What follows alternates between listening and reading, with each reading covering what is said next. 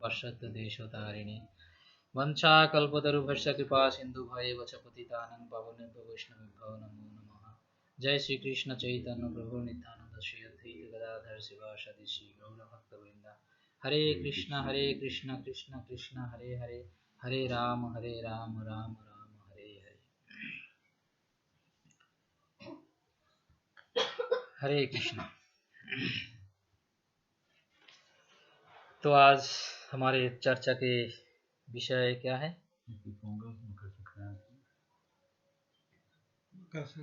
Makar Sankranti.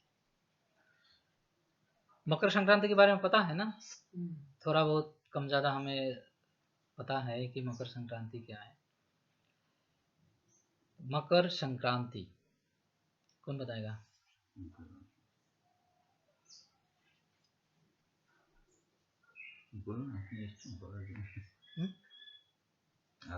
Question है, मकर संक्रांति क्या, कौन बताएगा? क्या पता है? बताएगा? हाँ, ऊंधियो खाते हैं। हाँ, ऊंधियो खाते हैं। हाँ, अपना अपना गुजराती खिचड़ी दान करते हैं। खिचड़ी। हाँ, इंडिया में खिचड़ी जरूर दान करते हैं। खिचड़ी दान। नॉर्थ में खिचड़ी खिचड़ी होते हैं। नॉर्थ में अलग अलग जगह पे अलग अलग तरीके से मकर संक्रांति को मनाया जाता है। नॉर्थ में आज नया फसल काटने का पंजाब में होता है ना? हाँ? ये मेरा महीना शुरू होता है। हाँ, तो इसमें लोहड़ी जो बोलता है, लोहड़ी बोलते हैं, तो आज ही हाँ, संक्रांति के दिन। तो तमिल में अलग से मतलब पोंगल बोलते हैं वो लोग, कन्नड़ में कुछ और बोलते हैं, और पतंग उड़ाना गुजरात में ज्यादा है, पतंग उड़ाते हैं। और बंगाल में आज पिठा, सारे मिठाइयाँ खाने की आज दिन है, पौष संक्रांति है। तो हर एक के घर पे आज बहुत आइटम बनते हैं, पिठा वो बोलते हैं। तो इस तरह से मनाया जाता है। पर मकर संक्रांति के साथ जुड़े हुए बहुत सारे घटनाएं हैं जो कि हमें पता ही नहीं है। शास्त्रों में बताते हैं, पद्म पुराण में बताते हैं, स्कंद पुराण में बताते हैं। बहुत सारे घटनाएं हैं। तो पहले हमें ये संक्रांति क्या है। एक्चुअली साल में 12 संक्रांति होते हैं। संक्रांति का मतलब है कि एक नक्षत्र से सूर्य भगवान दूसरे नक्षत्र में प्रवेश करते हैं। तो ये जो संयोग है इसको संक्रांति कहते हैं। तो हर एक महीना में संक्रांति आते हैं। तो 12 संक्रांति। तो राशि कितना राशि होते हैं? 12 राशि होते हैं ना। मकर राशि, धनु राशि, चांद, ये सब जो राशियां होते हैं, ये राशि जो है, इस राशि एक राशि से दूसरे राशि में सूर्यदेव जब प्रवेश करते हैं तो इसको संक्रांति बोलते हैं। तो इसमें 4 राशि जो हैं, 4 साल में 4 आते हैं जो बहुत महत्वपूर्ण है। तो 4 पता नहीं 4 कौन कौन है। एक है धनुष संक्रांति, एक मकर संक्रांति, और एक तुला संक्रांति, और एक कर्क संक्रांति। तो ये 4 जो है बहुत महत्वपूर्ण है, बल्कि सारे ही पवित्र हैं, 12 के 12 ही पवित्र हैं, पर ये 4 बहुत ही महत्वपूर्ण है। जैसे तुला संक्रांति जब आते हैं तो तुला भरण की होते हैं। तुला भरण सुना है आपने? तुला भरण क्या होते हैं? कोई लोग मिन्नत नहीं करते, जो क्या बोलता है इसको, हाँ हाँ हाँ हाँ हाँ, तो उसको तुलाधर बोलते हैं, तुला भरण बोलते हैं। कि कोई को बीमारी चलते कुछ चलते हैं तो फिर बोलते हैं कि ऐसे भगवान इनकी रक्षा करे, तो फिर हम इनका वेट के कुछ दान करेंगे। तो कोई मीठा दान, कुछ दान। तो राजा महाराजा लोग तो पहले ज़माना में बहुत दान किया करते थे। तो संक्रांति का मतलब है कि एक राशि से सूर्यदेव दूसरे राशि में प्रवेश करते हैं। तो आज जो संक्रांति है ये धनु राशि से मकर राशि में सूर्यदेव का प्रवेश है। तो ये सबसे महत्वपूर्ण, सारे राशि में सबसे महत्वपूर्ण ये मकर संक्रांति को माना जाता है। क्यों? क्योंकि इसके पीछे बहुत सारे घटनाएं हैं। तो देखेंगे कहाँ तक जा सकते हैं। छोटा छोटा एक दो घटना का हम चर्चा करेंगे और इसका महिमा क्या है, फल क्या है, उसके बारे में थोड़ा बहुत हम कोशिश करेंगे देखने के लिए। तो एक पद्म पुराण में आते हैं, सत्ययुग का एक घटना है। सत्ययुग में सूर्यवंश, सूर्यदेव से ही शुरू हुआ है। सूर्यवंश का जो परिचालक है कौन है? इक्ष्वाकु, महाराज इक्ष्वाकु। तो सूर्यवंश यानी इक्ष्वाकु वंश में एक राजा थे, दानवीर राजा, सबसे बड़ा दानवीर राजा, जिनको दानवीर कहलाता है। कौन थे सत्ययुग में? राजा हरिश्चंद्र। तो राजा हरिश्चंद्र के कथा हम जानते हैं कि किस प्रकार के दानवीर किस प्रकार के दानवीर हुआ था और भगवान श्री हरि उनका किस तरह की परीक्षा लिए थे। तो ये एक वंश परंपरा में आते हैं और इसी सूर्य वंश में ही भगवान श्री रामचंद्र प्रकट हुए थे बाद में। तो राजा हरिश्चंद्र के पुत्र थे महाराज रोहित, और रोहित जी के पुत्र थे महाराज ब्रिक जी के पुत्र थे सुबाहु के पुत्र थे गढ़, और ये गढ़ काल चक्र के वजह से बहुत सारे और देशों के राजा उनके साथ युद्ध किए, और काल चक्र के प्रभाव से महाराज गढ़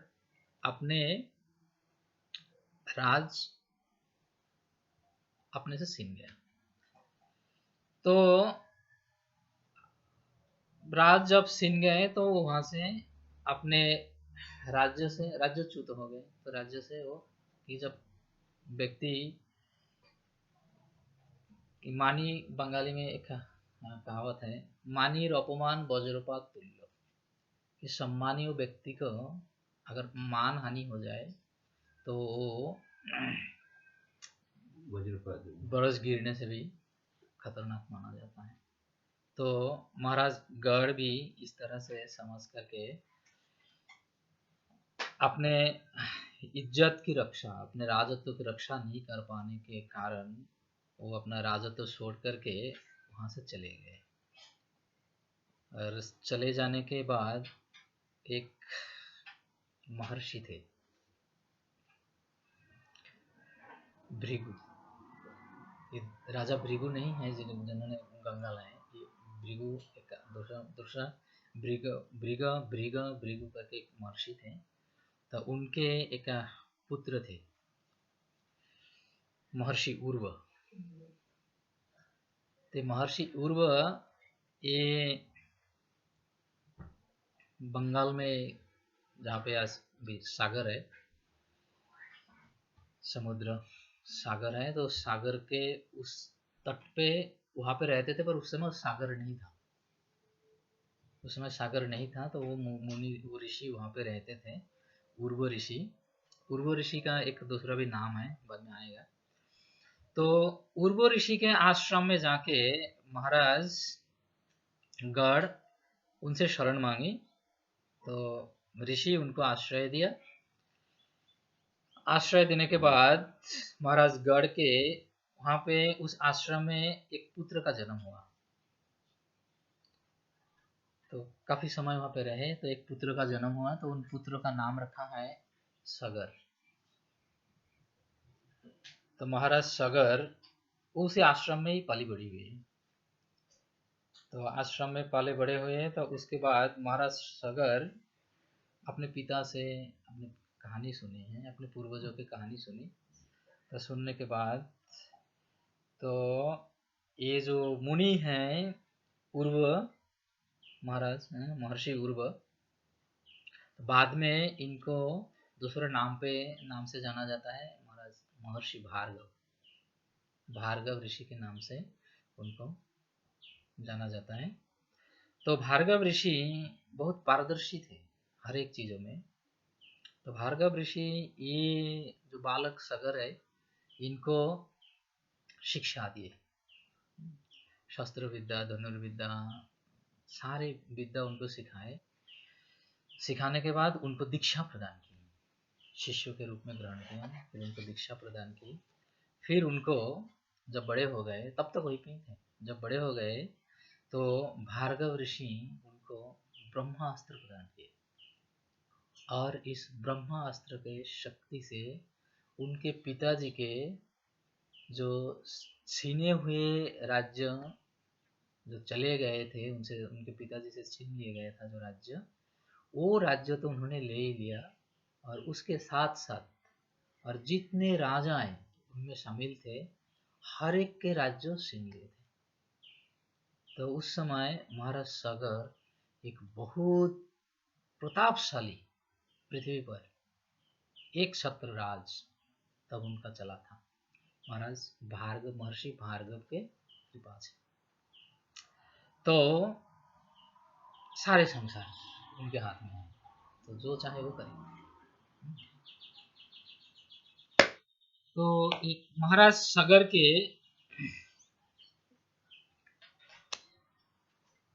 दो पत्नी थी।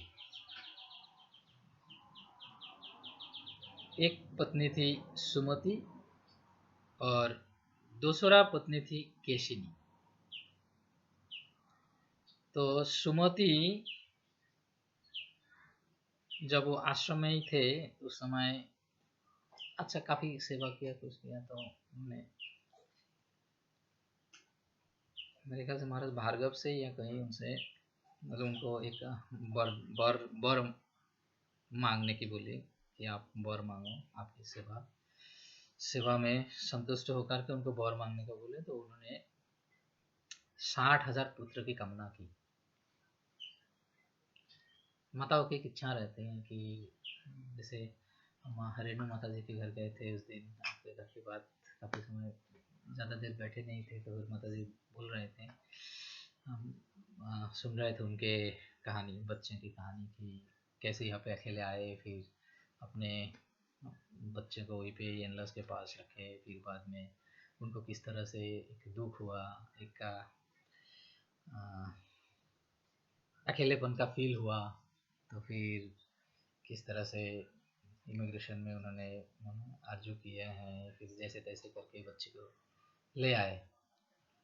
तो गृहस्थ में ये चीज़ होते हैं, पति पत्नी जब होते हैं तो उसके बाद पति पत्नी का सुख कुछ समय तो रहते हैं, उसके बाद सुख से ज़्यादा जिम्मेदारी आ जाते हैं, फिर एक बच्चों की कामना होती है, जब बच्चा आ जाते हैं फिर बच्चों की परवरिश में वो एक है, परेशानी तो है ही, पर उसमें एक सुख है। हर एक जगह पे अपने अपने सुख है। ब्रह्मचारी को ब्रह्मचारी आश्रम में एक सुख मिलता है जिसमें ब्रह्मचारी रह सकता है। ब्रह्मचारी आश्रम का नियम है ना, ब्रह्मचारी गुरुकुले स्वश्रद्धार्थम गुरुहितम। तो जब गुरुकुल में ब्रह्मचारी लोग रहते हैं तो उनके मन में एक इच्छा रहते हैं कि मैं अपने गुरु के लिए कुछ करूं, ये भावना होती है। और जब गुरु सेवा में ऐसे लीन हो जाते हैं, स्वश्रद्धार्थम, अपने श्रद्धा से, गुरुर हितम, गुरु के उपकार के लिए, हित का मतलब यहाँ पे समझाते हैं गुरु के हित के लिए। तो इस तरह से जब गृहस्थ आश्रम में प्रवेश करते हैं, फिर गृहस्थ आश्रम के एक सुख रहते हैं, दाम्पत्य जीवन में एक प्रारंभिक सुख रहते हैं, फिर जब दाम्पत्य जीवन खत्म हो जाता है उसके बाद वो सुख बदल के दूसरे एक सुख में प्रवेश करते हैं, वो फैमिली लाइफ, गृहस्थ। और गृहस्थ पति पत्नी से ही गृहस्थ नहीं होती है ना, गृहस्थ कंप्लीट तभी होते हैं घर पे बाकी सदस्य हों अपने साथ जुड़े हुए। हाँ, तो इस तरह से तो महारानी सुमति जी को भी ऐसे एक इच्छा हुई बाद में कि आज पूरा साम्राज्य के मालिक हैं हमारे पति, तो हमें इतने बच्चे भी होने चाहिए उसके हिसाब से। तो उनको 60,000 बच्चा संतान प्राप्त हुआ किसी तरह से, क्योंकि उनको ये आशीर्वाद के बच्चे हैं ना सब, तो उनको फिर ऐसे जिस तरह से आशीर्वाद दिए, फिर उनको गर्भ में पाले नहीं, घड़े में पाले उनको, घड़े में पाले और उनको घी डाल के उनको बड़ा किया। इंटरेस्टिंग है ये सब, घी डाल के उनको बड़ा किया, तो वो इतने मजबूत सारे बच्चे, मतलब इतने स्ट्रांग बच्चे हुआ है, बहुत अद्भुत हैं। तो इस तरह से बाद में महाराज सागर उन्होंने सोचा कि मैं एक प्रण किया है, एक प्रॉमिस किया है कि मैं 100 अश्वमेध यज्ञ करूंगा, 100 अश्वमेध यज्ञ। और अश्वमेध यज्ञ जानते हैं ना, अश्वमेध यज्ञ का फल क्या है? अगर पूर्ण रूप से एक अश्वमेध यज्ञ कोई पूरा कर सके, तो वो कोई भी हो, वो नरलोक में हो, असुर लोक में हो, पाताल लोक में हो, कोई भी हो, अगर एक अश्वमेध यज्ञ पूरा कर सकते हैं तो नेक्स्ट लाइफ में उनको इंद्र का पद मिलता है, देवताओं के राजा होते हैं। तो महाराज सागर ने प्रतिज्ञा किया 100 अश्वमेध यज्ञ करने की। तो और पहले कोई काम शुरू करते हैं, कोई सेवा, कोई साधना कोई शुरू करते हैं, सबसे ज्यादा प्रॉब्लम कहाँ पे शुरू होते हैं? सबसे पहले देवलोक में, क्योंकि देवलोक का देवताओं के जो पोजीशन है वो परमानेंट नहीं है, और उसका कोई एक्सपायरी डेट भी नहीं है। वो परमानेंट जॉब नहीं है कि आप गवर्नमेंट सेक्शन में हो, परमानेंट जॉब हो गया बस लाइफ सेटल हो गई, नहीं है। जॉब तो उनके लग जाती हैं, पर जानी कब है ये नहीं पता, क्योंकि नेक्स्ट कैंडिडेट जब भी क्वालिफाइड हो जाएगा उनको वहां से ट्रांसफर कर दिया जाएगा। इसलिए देवलोक में थोड़ा सा ज्यादा परेशानी हो जाते हैं। तब जब महाराज सागर ने यज्ञ शुरू किया, तो यज्ञ में सबसे पहले प्रॉब्लम उनको ही किनको आ सकता है? इंद्र को। जब इंद्र सोच में पड़ गए, क्योंकि ये परिवार जो है सूर्यवंश, ये बड़ा धार्मिक रहे, बड़ा महात्मा है, तो ये लोग अगर कुछ भी करेंगे तो रिजल्ट पहले है, काम करने से पहले रिजल्ट है। क्यों? इसमें पीछे कारण है कि जो लोग रिजल्ट के लिए काम नहीं करते उनका रिजल्ट आसानी से होता है, और जो रिजल्ट के लिए काम करते हैं उनको ज्यादा मेहनत करना पड़ता है, क्योंकि वो रिजल्ट के लिए सोच के काम करते हैं। मैं एक कथा सुन रहा था क्लास, तो बोल रहे थे कि हर एक व्यक्ति का चाहत अलग है। जैसे अभी जो एकादशी गए, कौन सा एकादशी? काली तो गए ना एकादशी, पुत्रोदय एकादशी। तो पुत्रोदय एकादशी में ब्रह्मचारियों का क्या काम है कि नहीं? तो इसका मतलब तो ब्रह्मचारियों को तो करना नहीं चाहिए, ब्रह्मचारी को तो बच्चा चाहिए नहीं, है कि नहीं? तो फिर ब्रह्मचारी को क्यों करना है? क्यों ब्रह्मचारी लोग कर रहे हैं? पुरुष लोग क्यों करें? उनको तो बच्चा धारण करना है, जो विवाहित नहीं है इवन। लेकिन उनका लक्ष्य अलग है। जिनके पुत्र नहीं है वो पुत्र के लिए करे, और जिनके पुत्र की कामना नहीं है वो भक्ति के लिए करे। इसलिए हर एक व्यक्ति के अलग अलग चाहत होते हैं, और रिजल्ट भी अलग अलग है। तो इस तरह से सूर्य वंश में हर एक कार्य का एक ही मकसद रहा, वो है भगवत प्रीति। कैसे परिवार में भगवान जन्म लेते हैं, ये उनके कार्यकलाप से पता चलता है। भगवान कौन सा कैसे परिवार में जन्म लेते हैं, इसी तरह के परिवार में ही भगवान आते हैं। इवन अगर हम कलयुग का भी बात करें, कलयुग में 500 साल पहले की बात करें, जगन्नाथ मिश्र, आप उनके लाइफ हिस्ट्री में जाएंगे, दरिद्र थे, ब्राह्मण पाठशाला पढ़ाते थे, पर फिर भी उनका कोई कामना नहीं था, कोई कामना नहीं थी उनकी कि भौतिक संसार से मुझे कुछ मिले। तो ये विचारधारा है। तो इस तरह से, और अश्वमेध यज्ञ का नियम क्या है? इक्ष्वाकु वंश में लास्ट में रिजल्ट कहाँ पे मिलते हैं अश्वमेध यज्ञ के? इवन चंद्रवंश में भी है, युधिष्ठिर महाराज ने किया, भगवान श्री रामचंद्र ने किया, तो इक्ष्वाकु परिवार में। तो उसका नियम क्या है? यज्ञ के नाम से अश्व छोड़ा जाएगा, घोड़ा को छोड़ दिया जाएगा, तो घोड़ा जो पकड़ेगा तो राजा के साथ युद्ध की चुनौती स्वीकार करेगा, और अगर वो कोई नहीं पकड़ते हैं तो सारे राजा, इसका मतलब है सारे राजा उनके शरण में हैं।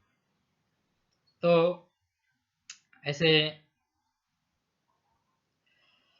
पहले बहुत सारे पहले जो यज्ञ किए थे महाराज सगर ने, सारे घोड़ा हर बार पूरा घूम करके वापस आ गए, और आखिरी यज्ञ में जब घोड़ा छोड़ा गया तो वापस नहीं आया। तो वापस ना आने के बजाय महाराज सगर ने अपने 60,000 पुत्रों को आदेश दिया कि तुम लोग जाओ और घोड़े को ढूंढो कि वो कहाँ गया।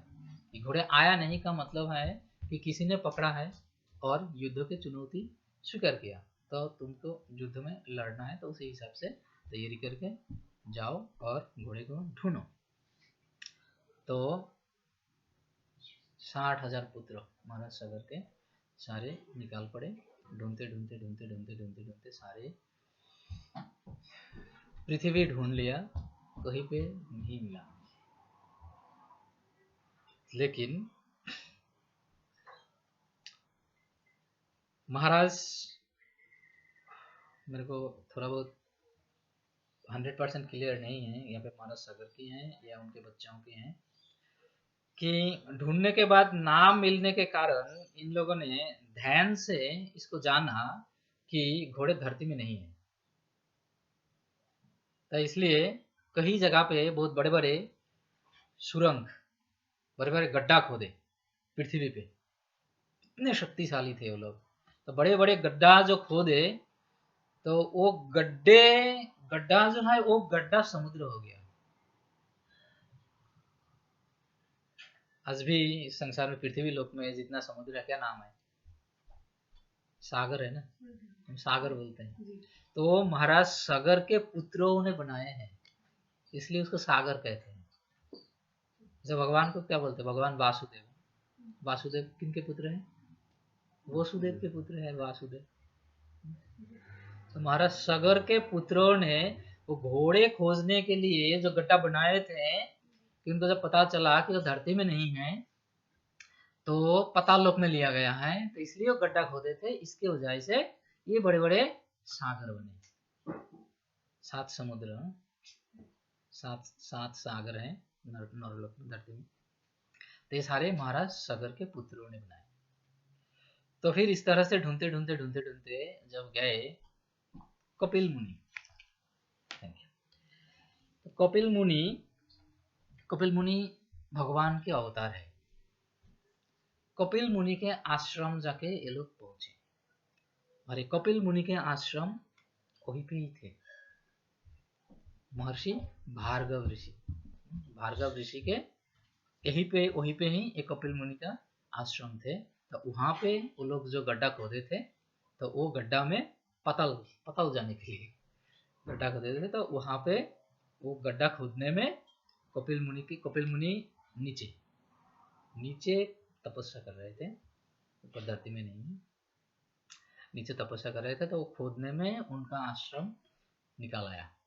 जब आश्रम निकल आया तो आश्रम के बगल में ही वो घोड़ा पाया गया, और महाराज इंद्र, उनको ये पता था कि महाराज सगर पे इतने शक्ति हैं कि वो पाताल से भी निकाल सकते हैं। इसलिए अपने आप को बचाने के लिए वो कपिल मुनि के आश्रम के बगल में घोड़े को छोड़ दिया और वो छुप गए। तो जब सगर के पुत्रों ने वहां पे घोड़ा देखा और ये मुनि को यहाँ पे तपस्या करते हुए देखा, तो उन्होंने इनके ऊपर शक किया कि इन्होंने घोड़ा चुरा है। तो जब शक किया तो उन लोगों ने बहुत ऊंची नीची बात बोलने लगे, बहुत गलत व्यवहार करने लगे उनसे। और कपिल मुनि ध्यान में थे, तो जब ध्यान में थे तो इस शोर में उनका ध्यान भंग हो गया। और जब ध्यान भंग हो गया तो उनके आंखें खुले और आंखें खोलने से उनके आंख से अग्नि प्रकट हो रहे थे और वो लोग निंदा कर रहे थे। तो ये निंदा के कारण कपिल मुनि क्रोधित दृष्टि से उनकी ओर देखा और 60,000 के 60,000 पुत्र वहीं पे जिंदा भस्म हो गया। जिंदा भस्म हो गए वहां पे। फिर उसके बाद महाराज सगर के सब कुछ खत्म हो गया और महाराज सगर वो आखिरी यज्ञ फिर किया नहीं। आखिर यज्ञ किया नहीं तो फिर इंद्र का प्लान सक्सेसफुल हो गया। फिर बाद में लंबा और कहानी है कि इंद्र को फिर भुगतना पड़ा कि पता चला कि इंद्र ने किया है। ये बहुत और एक घटना है, तो हम उधर नहीं जाएंगे कि समय पे मैनेज करेंगे। तो इसके बाद महाराज सगर बड़े विनम्रता से, बहुत विनम्रता से, फिर ये जब उनको जानकारी मिली कि उनके पुत्र खराब सब भस्म हो गए, फिर महाराज सगर वहाँ पे आए और बहुत विनम्रता से भगवान कपिल देव से प्रार्थना की। प्रार्थना करने के बाद कपिल देव बोले ठीक है, हालांकि एक दुर्घटना जैसा ही हो गया, क्योंकि ना तो मुझे उतना पता था ना आपके बच्चों को पता था, जैसे भी हो ऐसे घटना हुआ, लेकिन आप ये घटना हो गया। पर आपके प्रार्थना से मैं संतुष्ट हूँ। इसलिए मैं एक्चुअली वहाँ पे ऐसे बताया गया है, पद्म पुराण में बताया गया है कि उनको भस्म तो कर दिया और सारे आत्माओं को जमलोक में दिया गया। तो महाराज सगर उन्होंने प्रार्थना की कि हमारे वंशज में ऐसे कर्म कोई किसी ने नहीं किया जिसको नरक जाना पड़े, हिमालय जाना पड़े। तो मैं अनुरोध करता हूँ कि आपसे कि आप मेरा प्रार्थना स्वीकार करें और मेरे बच्चों को आप उद्धार करें। तो फिर कपिल देव उनका प्रार्थना सुने। प्रार्थना सुनने के बाद उन्होंने बोले कि ठीक है, आप एक काम करो, आप अपने ये संतान के जो अस्थियां हैं ये गंगा में प्रवाहित करो, तो वो मैं उनको पुनर्जीवित कर दूंगा। लेकिन प्रॉब्लम में क्या था, गंगा उस समय धरती में नहीं थी। गंगा उस समय ब्रह्मलोक में थी। तो अब क्या करें? तो इसलिए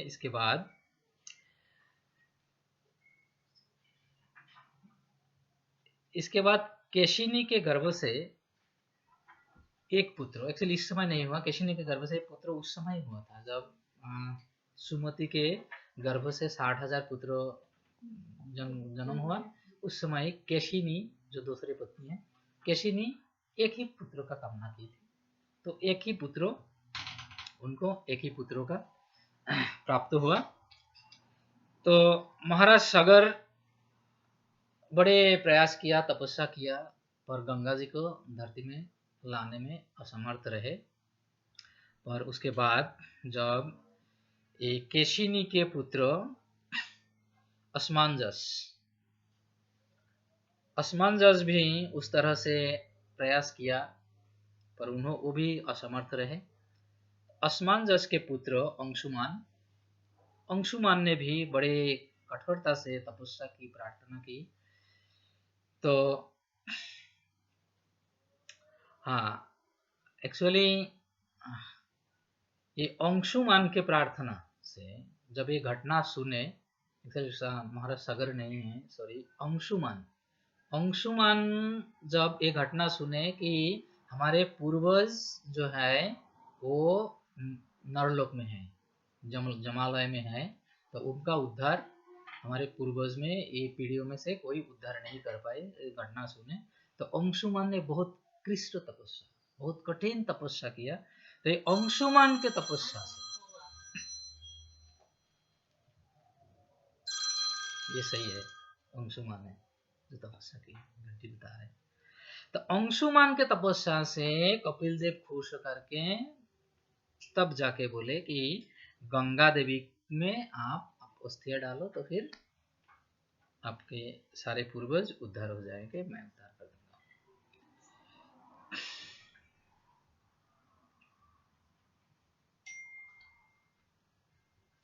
तो और अंशुमान ये सारा प्लान प्रोग्राम करते करते बाद में जितने तपस्या किए हैं वो सक्सेस नहीं हो पाए।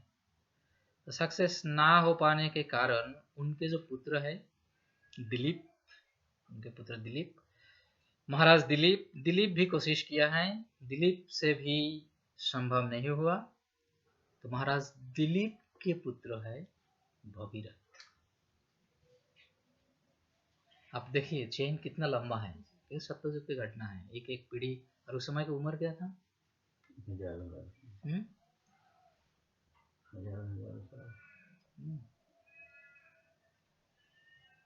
1,00,000 साल।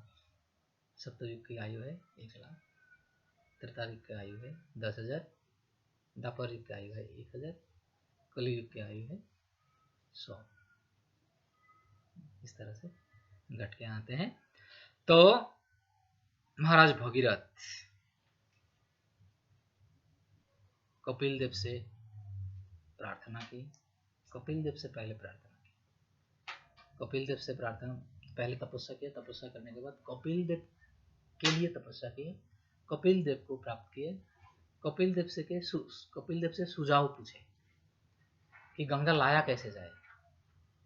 खाली एक इतनी सी अनुमति के लिए हजारों साल तपस्या की। फिर कपिल देव बताए कि इस समय गंगा देवी ब्रह्मलोक में ब्रह्मा जी के कमंडलू में है, तो आप ब्रह्मा जी से प्रार्थना करो, ब्रह्मा जी की तपस्या करो, उनको खुश करो, उनसे प्रार्थना करो तो गंगा देवी धरती में आ सकती है। फिर हजारों साल भृगु जी ने हजारों साल उन्होंने ब्रह्मा जी की तपस्या की। जब ब्रह्मा जी संतुष्ट हुए फिर ब्रह्मा जी के पास गए, ब्रह्मा जी से विनम्र प्रार्थना किए। सारे घटना पहले बताए कि महाराज ये सारे घटनाएं हैं, इस कारण मैं आया, मेरे आपने कोई व्यक्तिगत कोई इच्छा के लिए मैं आपके पास आया नहीं, मेरा एक सद्भावना लेकर के मैं आया कि मेरे पूर्वजों की मुक्ति के लिए, उद्धार के लिए मैं आया, तो मुझे इसमें आपकी मदद चाहिए। तो बोले बताओ क्या मदद कर सकता हूँ। तो गंगा बोले कि आप इस समय गंगा जी आपके आश्रय में है और भगवान कपिल देव के आज्ञा अनुसार गंगा जी की आवश्यकता है धरती में। तो मैं गंगा जी को आपसे विनम्र निवेदन करता हूँ कि आप गंगा जी को धरती में प्रेरण करें और मेरे पूर्वज उद्धार करें। तुरंत ब्रह्मा जी खुश हो गए, खुश होकर के गंगा जी को बोले कि ठीक है, आप भगीरथ जी का प्रार्थना को स्वीकार कीजिए, मेरे इच्छा से, मेरी तरफ से मैं चाहता हूँ कि आप धरती में जाएं और भगीरथ जी को मदद करें उनके पूर्वज उद्धार के लिए। तो गंगा जी बोले अच्छी बात है, आप अगर कहते हैं कि मैं करूँगी ये सेवा, पर प्रॉब्लम है कि मेरे को ब्रह्मलोक से उतरना है। हम जानते हैं प्लानिटरी सिस्टम, पता है ना, हम जिस ब्रह्मांड में है, इस ब्रह्मांड के ब्रह्मा 4 सरल ब्रह्मा है, और इस ब्रह्मा के अंडर में 14 प्लानिटरी सिस्टम है। भूलोक, भूगोलोक, स्वलोक, जनलोक, तपोलोक, महलोक, सतलोक, इस प्रकार ऊपर 6 है और हमारे नीचे और 6 है और हम 7वां में हैं। तो इस प्रकार नीचे क्या है? अतल, बीतल, सुतल, तलातल, महातल, रसातल, पाताल। हम तो सीधे बात जब करते पताल की बात करते हैं। पताल से पहले भी बहुत सारे ऐसे धरती है, ये एक धरती है, बाकी ये 14 प्लानिटरी सिस्टम जो है 14 ये धरती है सारे, और नरोलक नहीं है। नरोलक इसमें एक ही है, जिसमें स्वरलोक बोलते हैं इसको, स्वरलोक। और इसके ऊपर बाकी जो 6 है उसको नहीं, ये स्वर्ग के भूलोक है, इसको भूलोक बोलते हैं। और इसके ऊपर के जो 6 है उसको स्वरलोक बोलते हैं, स्वर्गलोक। यानी ये भूलोक है, इसके ऊपर का जो है वो भूवर्लोक, ऑलमोस्ट नरोलोक जैसा है, तो इससे भी हाई कैटेगरी के हैं। तो ये 14 प्लानिटरी सिस्टम है। तो ये 14 भुवन एक ब्रह्मा के अंडर में होते हैं। तो 14 भुवन के जो सबसे ऊपर के भुवन, भुवन मतलब लोक, सबसे ऊपर के जो भुवन है वो है सत्यलोक। तो ब्रह्मा जी सत्यलोक में रहते हैं, कि ब्रह्मा जी भी भौतिक संसार के जीव है। तो अभी 14 प्लानिटरी सिस्टम के ऊपर से गिरना है, तो चोट उतना ज्यादा लगेगी आप जितने ऊपर से गिरोगे, उसका फोर्स उतना ज्यादा होगा। तो भृगु जी को गंगा जी ने ये बताई कि भृगु जी आप रह रहे हो मध्य में, आप बीच में हो, और मेरे को उतरना है ऊपर से। तो मेरा वेग इतना शक्तिशाली है कि मैं अगर यहाँ से उतरूं तो मैं तो सीधा पाताल में पहुंच जाऊंगी। तो मेरा वेग कौन संभालेगा? मैं उतरने के लिए मैं तैयार हूँ, ब्रह्मा जी का मान रखने के लिए, आपका प्रार्थना स्वीकार के लिए, पर मेरा जो वेग है उसको कौन धारण करेगा? तो फिर दूसरा दुविधा आ गया। एक व्यक्ति को उद्धार करने के लिए आप महाराज सगर से लेके सारे पीढ़ियां गिनिए, कितना पीढ़ी खत्म हो गया, अभी तक फैसला में नहीं आए। 7-8 पीढ़ियां तो चले गए भृगु महाराज के आने तक ऊपर के। तो खाली नरक में भेज दिए गए उनको, वहां से वापस मुक्ति दिलाना है, बस मुक्ति के लिए। मुक्ति के लिए कितना जन्म, कितना पीढ़ियां चले जा रहे, सोचो। जय जन कृष्ण भजे से बड़ो चतुर। कृष्ण भक्ति का जो फल है ये अनगिनत है, अनगिनत। कितने कंसर्न भी है, हर फैमिली को कितनी चिंता भी अपने पूर्वजों की। हम तो सिर्फ दिवाली पे याद आते हैं, अब देखिए कितना मतलब गहरा है, कितना कठिन है। अगर एक बार फंस जाते हैं जी, उसमें से निकालना कितना कठिन है, आप देख लीजिए। ये कहानी अब इसलिए हमें पढ़ना चाहिए। शास्त्र ग्रंथों हमारे लिए लिखा है, उन लोगों के पास बेहुदा टाइम नहीं था, फालतू के समय पड़ा हुआ है, कुछ लिख दो बैठ के पढ़ेंगे मूंगफली की नहीं। हमें सब गहराई से पढ़ना है, ये मेहनत है, इसमें मेहनत हर एक चीजों में। एक मुट्ठी खाना के लिए कितना मेहनत करना पड़ता है, 25 साल तो मेहनत करना पड़ता है। वो खाना जुगाड़ कैसे होगा? टेक्निकल हो, प्रैक्टिकल हो, फिजिकल हो, कितना वे हम ढूंढते हैं। क्या 3 ही चीज है ना संसार में, अन्न वस्त्र करी, 3 चीजें चाहिए। रोटी मकान कमरा, रोटी कपड़ा मकान, 3 चीज के लिए है। सारे जिंदगी 3 चीज में अटके हुए हैं, पर ये सब अब देखिए किस तरह से होते हैं। तो इस प्रकार भृगु ऋषि फिर विनम्रता से प्रार्थना किया भगवान ब्रह्मा जी से कि प्रभु आप ही बताइए कि इसका क्या करें। तो भगवान ब्रह्मा जी भृगु ऋषि को बताए कि भृगु जी, इसका हल अगर कोई कर सकता है इस धरती में तो केवल भोलेनाथ, शिव जी के अलावा गंगा जी के वेग को और कोई नहीं धारण कर सकते। गंगा जी का शिव जी के साथ एक पहले भी एक हुआ है घटना, बहुत वो अलग कहानी में चला जाएगा, पर हम उधर जाएंगे नहीं। गंगा जी प्रस्ताव दिए थे शिव जी को शादी करने के लिए।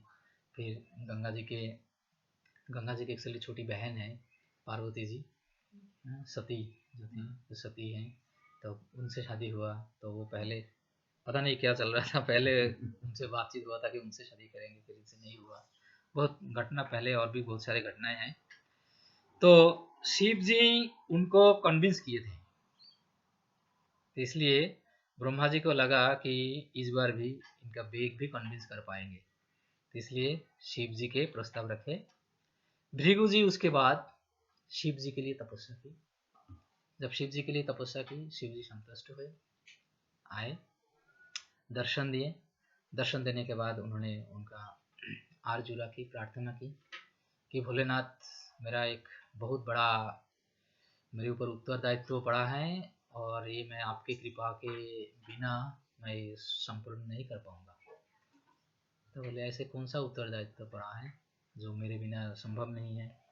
चलो, जब आपके पूर्वजों की जिम्मेदारी है, आप बताओ क्या करना है। तो सारे घटना बताएं कि कपिल मुनि के श्राप से इस तरह से मेरे पूर्वज अटका हुआ है हिमालय में, उनको उद्धार के लिए मेरे कई सारे पीढ़ी निकाल गए। तो अभी मैं यहाँ तक आके पहुँचा और अभी इतना डिस्टेंस में रह गया कि ब्रह्मलोक टू धरती, और ये आपके ऊपर अभी निर्भर करते हैं कि कपिल मुनि जी के सजेशन से, उनके बताए हुए रास्ता के अनुसार मैं चलते चलते यहाँ तक पहुँचा कि गंगा जी को धरती में लाना है। और गंगा जी तैयार भी हो गई। अभी गंगा जी का कहना है कि उनका बेग कौन संभालेगा, तो इसके लिए एक जो उपयुक्त पात्र, वो ब्रह्मा जी के कथन अनुसार मैं आपको ही समझा, इसलिए मैंने आपके लिए प्रार्थना की। तो आप मेरा ये प्रार्थना स्वीकार करें कि आप गंगा देवी को संभालिए कि वो पाताल लोक चले ना जाए, धरती में उनको रखना है। तो उनकी प्रार्थना स्वीकार करके फिर हम लोग जानते ही है ना कि किस तरह से फिर गंगा जी ऊपर से आई, फिर शिव जी के जटा में उन्होंने धारण किया। कई सारे अलग अलग घटनाएं हैं। फिर कोई कहीं पे बताया है कि शिव जी एक मतलब भाव में आ गए थे, तब फिर वो अपने बाल घुमाने लगे, फिर वो जटा घूमने लगे, और वो घूमने में गंगा जी जो नीचे गिरते थे और जटा के अंदर घुमा घुमा के गंगा जी को एकदम घायल कर दिया, और वो अपने जटा के अंदर ही उनको अटका के रखा है। तो इसके बाद इस तरह से पद्म पुराण इस तरह से बोलते हैं। फिर उसके बाद शिव जी ने जब बाद में जब गंगा जी धरती में आए, तो आके अभी गंगा जी जा नहीं रहे थे क्योंकि वो शिव जी के जटा में अटक गए। तो फिर शिव जी से प्रार्थना की। जब शिव जी से प्रार्थना किए भृगु जी, फिर शिव जी बोले अब क्या है, गंगा जी तो धरती में आ गए। बोले हाँ प्रभु, गंगा जी धरती में तो आ गए, पर वो आपके जटा के अंदर ही रह गए, आपने तो बाहर ही आने नहीं दिया, आपने इतनी बुरी तरह से उनको पकड़ के रखा है कि वो बाहर ही नहीं आ पाए। अच्छा चलो ठीक है। तो फिर उन्होंने क्या किया, अपने जटा से एक बाल को खोले और बोले इसमें से आप अभी धीर गति से निकलो। एक बाल के समान जगा दिया है कि इसमें धीर गति से निकलो। तो फिर शिव जी के आशीर्वाद से भृगु ऋषि गंगा जी को लेकर के, फिर गंगा जी बोले, जब उनके जटा से, शिव जी के जटा से गंगा जी निकले। गंगा जी के इससे पहले भी और घटना है, वामन अवतार की घटना है। वामन अवतार में जब हम जानते हैं ना, 3 पग भूमि मांगे थे, तो एक पग जब ऊपर रखे, उसमें भगवान के चरण से वो धरती सेद हो गई थी। धरती सेद हो गई क्योंकि गंगा ये वैकुंठ में है, धरती में नहीं है। तो भगवान वामन देव के अंगूठा के चोट से और गंगा जी धरती में आके, अभी धरती में गंगा जी आए तो जाए कहाँ, तो ब्रह्मा जी अपने कमंडलू में उनको धारण किए थे। तो ये उससे पहले की घटना, तो ये वैकुंठ से आए, इसलिए उसके बाद से पवित्र करना शुरू किया। कि भगवान के चरण स्पर्श, चरण धौत जल है, क्षीर समुद्र से आते हैं। तो फिर वहां पे उसके बाद तो हम जानते हैं ना, बद्रिका आश्रम होते होके कैलाश होके, बद्रिका आश्रम होके, ऋषिकेश हरिद्वार होके, फिर गंगा जी इधर धरती में हरिद्वार से ही मिट्टी टच करते हैं, फिर उसके बाद धीरे धीरे करके आते हैं। पर कैलाश से गंगा जी पूछे कि ठीक है, अभी हमारे जाने की समय हो गया, तो अभी जाना कहाँ है, इसलिए आप आगे आगे चलो, मैं आपके पीछे पीछे आऊंगी। तो इस तरह से भगीरथ जी क्या किए, तीर्थ स्थान, अलग अलग तीर्थ स्थानों में, उस समय तीर्थ स्थानों में जाते रहे और गंगा जी को उस स्थान में उनको बांटते रहे। इसलिए सारे तीर्थ स्थान में, अब कोई पे भी तीर्थ स्थान में जाओ, गंगा का कोई टच नहीं, कोई भी कहीं नहीं, हर जगह में गंगा या और कोई नदी, यमुना नदी, सरजू नदी, जो बहुत सारे पवित्र नदियां हैं, तो ये सारी नदियां हर एक जगह पे कहीं ना कहीं है। तो वहां से हरिद्वार ऋषिकेश से शुरू करके गंगा जी जाते जाते जाते जाते यूपी पार करके, मध्य प्रदेश पार करके, बिहार पार करके, बंगाल में आके समुद्र, अभी वहां पे वो जो गड्ढा खोदे थे, तो समुद्र गड्ढा गड्ढा रह गया। तो फिर बोले कि यहाँ पे है, तो गंगा जी वहां पे उस जगह पे, वो जो गड्ढा खोदे थे जहाँ पे सगर महाराज के 60,000 पुत्रों कपिल मुनि से जहाँ पे भेंट हुआ था, तो उस गड्ढे में जाके गंगा जी प्रकट हुए और कपिल मुनि फिर बोले कि आप ठीक है, आप सिद्धांत के अनुसार आप अस्थियां गंगा में बहाओ, फिर वो मुक्त हो जाएंगे। फिर अस्थियां वहां पे बहाए, उसके बाद 60,000 पुत्रों अपने दिव्य शरीर प्राप्त करके यहाँ से मुक्त हो गए, यहाँ से मुक्त हो गए। फिर बोले ठीक है, अब तो मेरा काम हो गया। गंगा जी, भृगु मुनि बहुत संतुष्ट हुए, खुश हुए, कपिल मुनि को प्रसन्नता मिली, और कपिल मुनि को प्रसन्नता मिली। और एक्चुअली भृगु ऋषि से, भृगु मुनि से करवाना था एक्चुअली भगवान का, भगवान कपिल देव को ये करवाना था, क्योंकि आगे चल के कुछ और करना है भगवान को भृगु ऋषि के द्वारा। तो भृगु ऋषि के द्वारा बाद में क्या कराए थे पता है ना सबको, भगवान कौन है, इसको पता लगता है ना, भगवान कौन है, इसको जस्टिफाई करने के लिए भृगु ऋषि के ही लगाए थे।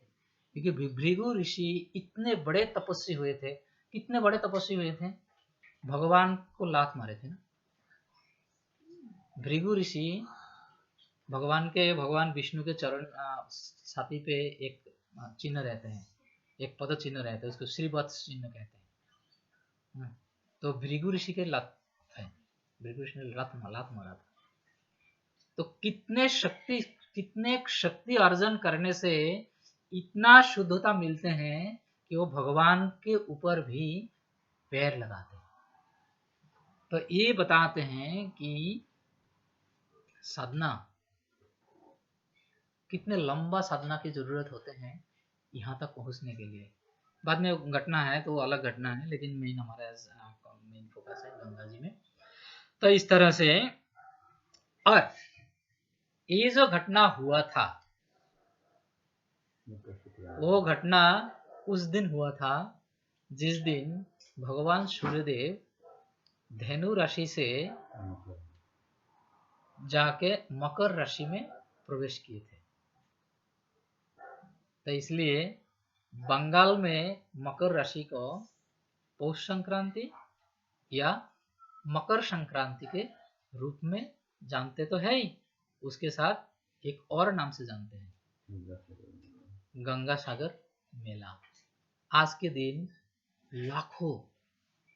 लाखों लोग आज के दिन सागर में स्नान करेंगे। हाँ, वो तो बात रह गई।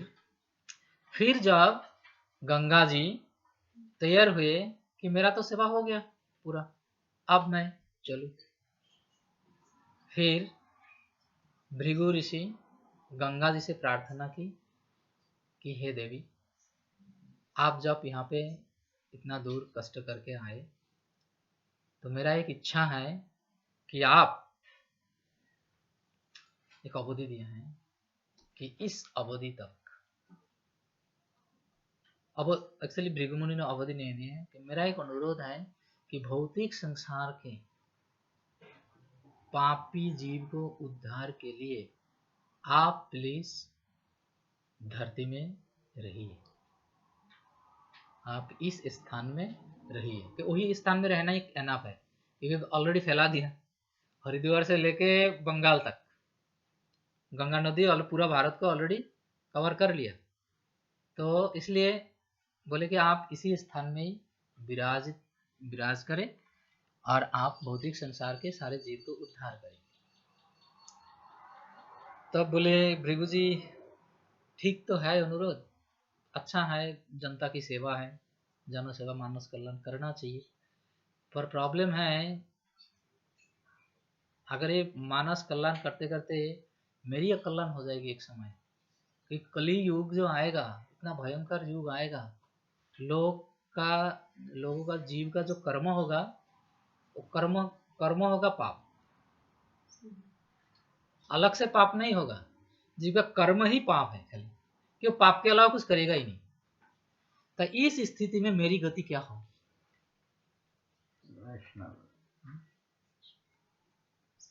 तो भगवान कपिल देव ने आश्वासन देकर के बोले कि देवी आप चिंता ना करें, कलयुग में मैं भी आऊंगा और मेरे साथ साथ बहुत सारे भक्त आएंगे। जब वो भक्त तुम्हारे नदी में स्नान करेंगे तो अपने पवित्र होने के लिए नहीं, जो पापी आपको जो आपसे आपके अंदर स्नान करके जो पाप छोड़ेंगे वो पाप को वो लेने के लिए आपसे स्नान करेंगे। आते शास्त्र में आता है तीर्थी कुर्बंती तीर्थानि, इसलिए साधु जो होते हैं, साधु को बोलते हैं मोबाइल पिलग्रिमेज, घूमते हुए तीर्थ स्थान। एक जगह पे हमारे एक आचार्य ने लिखा है, गंगारो परोसो हईले परचाते पावन, दर्शने पवित्र करो यही तुम्हार गुण। वैष्णव के गुण क्या है? वैष्णव को स्पर्श करने की जरूरत नहीं। गंगा जब तक आप स्पर्श नहीं करते हो तब तक आप गंगा आपको पवित्र नहीं कर पाती, पर वैष्णव दर्शन मात्र से। वैष्णव दर्शन का मतलब क्या है कि वैष्णव आपको दर्शन करे तब आप पवित्र होंगे? नहीं, आप वैष्णव को दर्शन कर लिया, आप किसी वैष्णव का दर्शन कर लिया, आप पवित्र हो गए। ये भगवत भक्ति के फल है, इतना शक्ति रखते हैं भगवत भक्ति में, पर हमें पता नहीं चलता। क्यों? क्योंकि हमारा जो अप्रोच है, एप्लीकेशन है, वो गलत है, हमें पता ही नहीं। आज मैं एक ऐसी क्लास सुन रहा था तो उन्होंने बताया क्लास में, हम जानते हैं ना पार्वती जी की पूजा करते हैं किस लिए? अच्छा पति मिले, है ना, और लड़का लोग पार्वती जी की पूजा करे, शिव जी जैसे पति मिले, पार्वती जैसे पत्नी मिले। तो आज मैं एक से कथा सुना था, उन्होंने बताया कि किसी को अच्छा बीवी चाहिए तो उर्वशी की पूजा करनी है, उर्वशी की पूजा करनी है। और किसी को विद्या चाहिए, हैरान होने वाली बात है, किसी को विद्या चाहिए तो उनको शिव जी की पूजा करनी चाहिए। हम आज तक जानते हैं कि तो विद्या की देवी तो कोई और है, तो शिव जी से। हाँ, क्योंकि शिव जी का जो विद्या है वो सॉलिड है, उसमें आपको पतन होने नहीं देगा। इसलिए अगर विद्या चाहिए तो शिव जी की पूजा करो। सरस्वती जी को विद्या है, वो विद्या है रिजल्ट ऑफ एक्शन, कर्म फल की विद्या है, और वो कर्म चक्र में फंसाएगा। और शिव जी का जो विद्या है वो सॉलिड है, भौतिक संसार में काम नहीं करते वो विद्या। तो ऐसे बहुत सारी चीजें हैं। तो प्रॉब्लम कहाँ है? प्रभु जी हम तो इतना साल से भक्ति कर रहे हैं, काम क्रोध लोभ मोह आदि अभी तक तो कुछ भी बदला नहीं, बल्कि भक्ति में आकर के तो ईर्ष्या का क्वांटिटी तो और ज्यादा बढ़ गई। लोभ तो लालच तो छोड़ी नहीं, वही रहे, सब तो वही रह गया, और लग रहा है वो और अच्छा से नर्चर ही हो रहा है, नर्चर हो रहा है और अच्छा। क्यों? क्योंकि हमारा अप्रोच गलत है। मैं भक्ति विनोद ठाकुर जी का एक पढ़ रहा था, भक्ति सिद्धांत वैभव के एक कोड है, फेसबुक से ही पढ़ा था मैं। तो एक डिवोटी है, भक्त, भगवान के भक्त है, वो ब्रह्म राक्षस बन गया। तब प्रश्न आया कि ब्रह्म राक्षस कैसे, भक्त कैसे ब्रह्म राक्षस बन सकता है? तो भक्ति विनोद ठाकुर उसे एक्सप्लेन किए, उनका एक एप्लीकेशन गलत था। वो हरिनाम जो किया था, वो हरिनाम ना तो भगवत प्राप्ति के लिए किया और ना भगवान को खुश करने के लिए किया। कि हरिनाम का स्वभाव दो है, एक है सेवा और एक है सेवा का फल आनंद। पहले क्या है? सेवा। हे प्रभु, आप कृपा करके मुझे अपने सेवा में लगाइए, और सेवा का फल क्या है? प्रभु आप बस खुश हो जाइए। ये दो काम है हरिनाम का, और हम उसको इस्तेमाल करते हैं मैं कैसे खुश हूँ? किसी और के लिए। तो हमारे एप्लीकेशन गलत होने के बजाय से एक डिवो वैष्णव को भी ब्रह्म राक्षस बनना पड़ सकता है, बहुत डेंजरस है। इसलिए जो भी साधु सावधान, जो भी करो बड़े सावधानी से करना है। अगर बिल थोड़ा सा भी हट गया, बहुत शार्प है, थोड़ा सा भी हट गया तो उसका भी आपको भुगतान देना पड़ेगा। तो इसलिए वेरी वेरी केयरफुली हम क्या कर रहे हैं, किस लिए कर रहे हैं, उसका हर एक चीज का एक्यूरेट मतलब होनी चाहिए। अगर मतलब में गलत आ गया, कुंभकर्ण का क्या हुआ? एक ही शब्द का प्रॉब्लम था। आज मैं ऐसे ही कथा सुन रहा था, प्रभु जी बताए कि महाभारत का जो इतना बड़ा युद्ध हुआ, क्या था? बोला 2 इंची की जमीन, 2 इंची की जगह के गलती से, 2 इंची की जगह के गलती से इतना बड़ा महाभारत हुआ, सैकड़ों लोग मारे गए ना, इतने सारे प्राण जान चली गई, इतना सारे राजा महाराजा खत्म हो गए, खाली 2 इंच। 2 इंच क्या है बताएंगे? 2 इंच आपके जीवा की जो परिधि है वो 2 इंच है। 2 इंच जीवा केवल हिली, सारे संसार हिल गए। छोटी सी गलती। कुंभकर्ण एक शब्दों की आधा, इंद्र आसन से निद्रा आसन, एक शब्द की आधा शब्द गलती की, सारे जिंदगी बर्बाद हो गए बेचारे। इतने बड़े प्रतापशाली व्यक्ति थे। इसलिए हम जब भी कुछ करते हैं उसके हमारे मतलब से ना करके उस एक्टिविटी का मतलब क्या है उसके लिए हम करें, तो उसका असली रिजल्ट हमें मिलेगा। अभी हम क्या करते हैं, हम अपने लिए उसको इस्तेमाल करते हैं। हनुमान जी के पास जाके, हनुमान जी शादी नहीं हो रहा है बाबा, कुछ तो करो, तो क्या करेगा? गधा उठाएगा, आधा पुत्र पासा, मैंने खुद शादी नहीं किया और मैं तेरा शादी कराऊं, बल्कि तू जाना शादी करने के लिए, तुरंत मैं वो भी तुड़ाऊं। गलत इस्तेमाल है ना, इस्तेमाल गलत है। हमें ऐसी समझना, क्योंकि हम अभी हनुमान जी को हमारे लिए प्रयोग कर रहे हैं। हनुमान जी से प्रार्थना करो, हनुमान जी शादी तो करना चाहता हूं पर संभालेगा कि नहीं पता नहीं, अब ब्लेसिंग्स दो। तो हनुमान जी एक अच्छा से ब्लेसिंग देगा। अगर शादी करना जरूरी है आपको मेंटेन करने के लिए, तो आशीर्वाद जरूर देगा कि बेटा तू संभाल जाना। और अगर संभाला नहीं जाएगा तो फिर ऐसे आशीर्वाद देगा कि आजीवन ब्रह्मचारी बना रहे। और हनुमान जी से ही अगर लड़की का प्रपोज करे तो गदा ही मारेगा ना। हनुमान जी से ये अगर प्रार्थना करे कि मैं उसको हैंडल कैसे करूं, उसके लिए शक्ति दो, तो हनुमान जी देंगे शक्ति। बेचारा फंस गया, क्या करे यार, अगर पहले मेरे पास आ जाते तो मैं ब्रह्मचारी बना देता, अभी शादी करके फंसा तो कोई बात नहीं, मैं संभालने की शक्ति तो दो। इतना तो करेंगे ही ना, पर उल्टा समझ रहे हैं ना। तो इसलिए हमें ये चीज क्लियर समझना चाहिए। अपने इस्तेमाल के लिए अगर कोई भी काम हम करेंगे तो उसका रिजल्ट गदा ही होगा, है ना। तो इसलिए सोच समझ करके हमें करना है।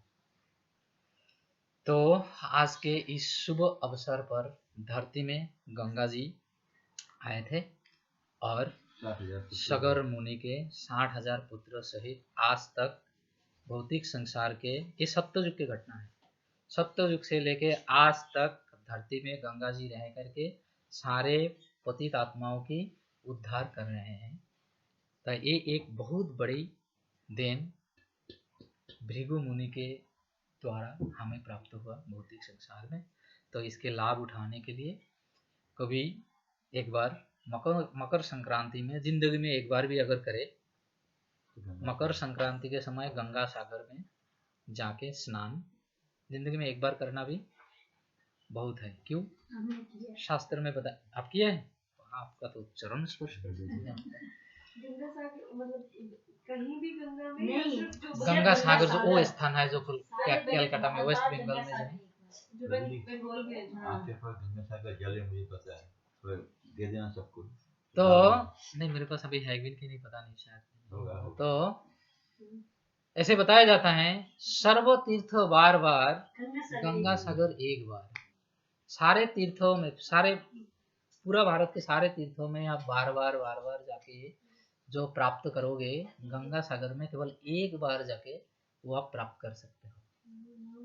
तो ये गंगा सागर मेला की, गंगा सागर की ये महिमा है। गंगा जी सागर में वहां पे प्रवेश किया है। तो इस प्रकार, तो आज के दिन में बहुत सारे घटनाएं हैं। तो कुछ घटना मैं बताऊंगा जो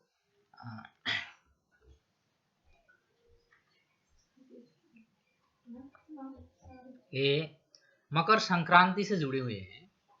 तो एक तो गंगा जी के आगमन हो गया, जीव के उद्धार का हो गया। तो एक संक्रांति कब होती है? पौष मास के होते हैं। पौष मास, माघ मास, पौष मास, इसमें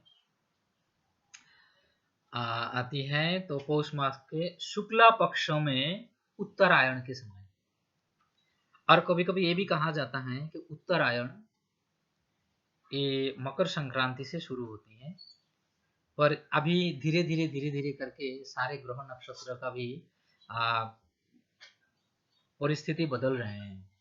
तो ये पहले मकर संक्रांति में, प्रथम मकर संक्रांति का जो संक्रांति था वो उत्तरायण, शुरुआत जो है वो उत्तरायण से हुआ था।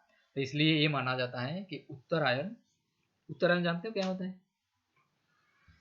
पता है? उत्तरायण है सूरज, देखते हैं ना, कुछ समय भगवत गीता के 8वां अध्याय के 24वां अध्याय श्लोक में भगवान श्री कृष्ण ये आयन के बारे में बताए हैं। आयन, उत्तरायण षण्मासा, उसमें श्लोक में है कि 6 महीना का आयन होते हैं, 6 महीना को एक आयन बोलते हैं। तो उत्तरायण और दक्षिणायन। तो उत्तरायण जो होता है ये सर्दी के समय होता है, विशेष रूप से भारत में, कि सूरज जो है वो पूर्व दिशा से धीरे धीरे उत्तर की ओर जाते हैं और दिन छोटा हो जाते हैं ना। और जब गर्मी शुरू होती है तब फिर दक्षिण आयन में धीरे धीरे आना शुरू होता है, और दक्षिण की ओर आते आते और दिन भी बड़ा होता है कि नहीं? तो ये आयन है। तो उत्तर आयन जो है, उत्तर आयन में, उत्तरायण बहुत पवित्र है, बहुत पवित्र है। तो इसमें आएगा कितना पवित्र है, इसमें आएगा। तो ये पौष संक्रांति, पौष और माघ के महीना के जो संक्रांति है, इस संक्रांति के शुक्ल पक्ष में उत्तरायण में धनु राशि से मकर राशि में सूर्यदेव है प्रवेश करते हैं। तो इसलिए ये मकर संक्रांति है। और दूसरा है, जैसे हमारे यहाँ पे है जनवरी, फरवरी, मार्च, भारत में हम जाते हैं वैशाख के महीना से शुरू होते हैं, वैशाख, ज्येष्ठ, आषाढ़, सावन। बंगाल में भी यही है, वैशाख, ज्येष्ठ, आषाढ़, सावन, इस तरह से। और अलग अलग, तमिल में, उधर आपके उधर तेलुगु में है ना कोई महीना, अलग से कुछ महीना होता है ना, संवत, वो गिनते हैं। तो इस तरह से गिनते हैं। तो आज के दिन से, आज देवोलोक के 1 जनवरी, अगर अभी उनका साल क्या है मेरे को पता नहीं, तो आज उनके नया साल है देवलोक में। मकर संक्रांति से उनका गणना शुरू होते हैं, तो देवलोक में आज उनके नया साल है। तो इस समय इसका बहुत महत्व पद्म पुराण के उत्तरखंडों में बहुत सारे महत्व बताए गए हैं। तो विशेष रूप से सबसे ज्यादा जो महत्व है वो है दान,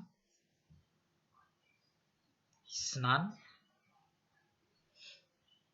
और बाकी पुण्य कर्म आदि। तो सबसे ज्यादा जो महत्व रखा गया है वो दान में रखा गया, और दूसरा स्नान, गंगा नदी में अगर स्नान करे, और बाकी कोई गंगा नदी हो, कोई भी नदी हो, बहती हुई नदी हो, और कुछ भी कोई भी पुण्य कर्म जो है वो दान में ही आते हैं, मोस्ट प्रोबेबली दान में ही आते हैं। और उत्तरायण, जैसे मैंने बताया कि उत्तरायण इसमें तीसरा जो है उत्तरायण है। और इस दिन में दान में भी सबसे ज्यादा महत्वपूर्ण दान जो है तिल का दान माना जाता है। तिल, तो विशेष रूप से अगर काले तिल का दान करें तो बहुत अच्छा है। तिल छोटे छोटे दान है, बड़े बड़े दान है, आप तिल का दान करो। अब इसका महिमा पद्म पुराण में लिखा गया है, कौन सा दान करने से क्या फल प्राप्त होगा। आपको अगर बीमारियों से मुक्ति होना है तो आप नमक का दान करो, आपको सद्गुण वृद्धि करनी है तो कुछ दान करो, आपको धन प्राप्त करना है तो तिल का दान करो, ऐश्वर्य प्राप्त करना है, ये सब अलग अलग दान के अलग अलग महिमा इस प्रकार बताए गए हैं। और हम जानते हैं सूर्यदेव के साथ शनिदेव का कोई अच्छा रिश्ता नहीं है कि नहीं। सूर्य ग्रह में, सूर्य तो ग्रह है ना, तो सूर्य ग्रह के साथ शनि का बनता नहीं, कभी हमेशा खटपट रहता है। पर हम ये भी जानते हैं कि इनका संबंध क्या है, सूर्य और शनि का संबंध क्या है, पिता पुत्र के संबंध है ना। सूर्यदेव के पुत्र है शनि। तो सूर्यदेव, ऐसे कहा जाता है कि सूर्यदेव आज के दिन में, मकर संक्रांति के दिन में, मकर संक्रांति इतना प्रभावशाली है कि सूर्य और शनि के संबंध अच्छा ना होने के बावजूद भी ये मकर संक्रांति इतना पवित्र है, इतना पावरफुल है कि इनमें भी सद्भावना, और उसके ऊपर इसमें भी, इनमें भी सद्भावना आ जाते हैं। इसलिए सूर्यदेव आज के दिन में शनिदेव के घर में जाते हैं और 1 महीना उनके घर ठहरते हैं।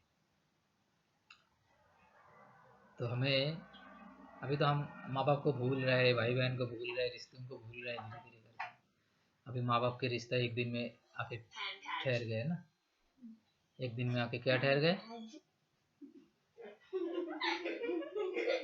Happy fathers day, happy mothers day.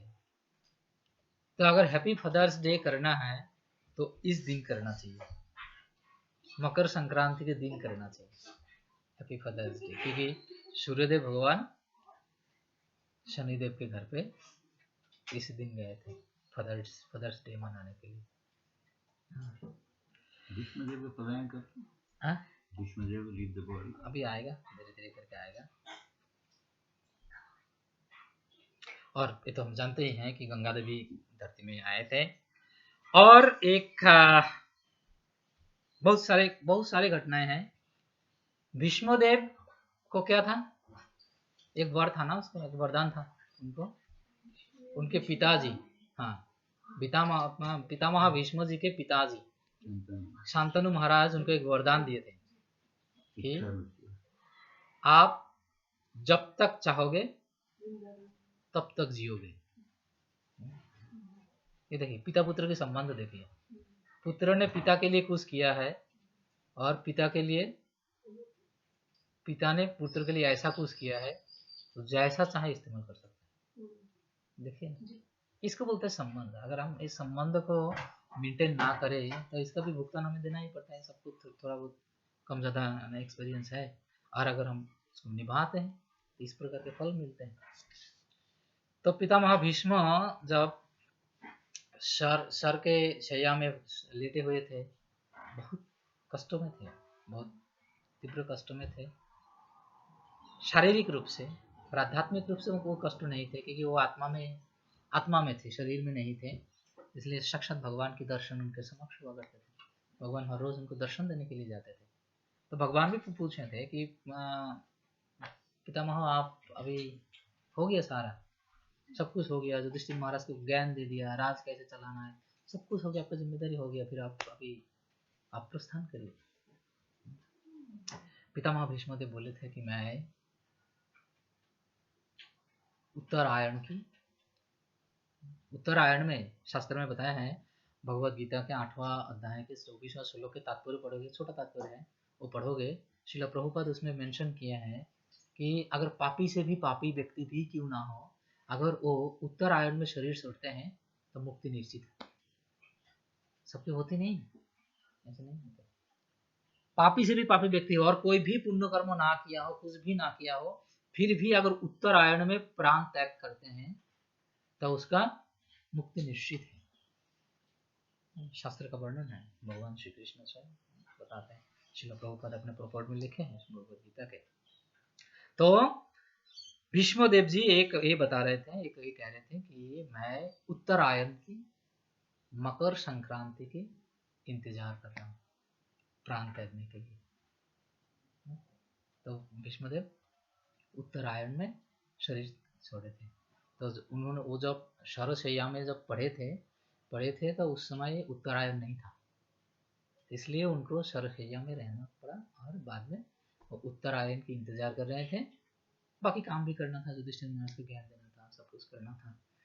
वहाँ भी गंगा का महत्व है, साथ में गंगा जी को बुलाया था उनको पानी पिलाने में, उसमें इधर पाताल से गंगा देवी वहाँ पे प्रकट हुए थे। तो इस तरह से बहुत सारे घटनाएं हैं।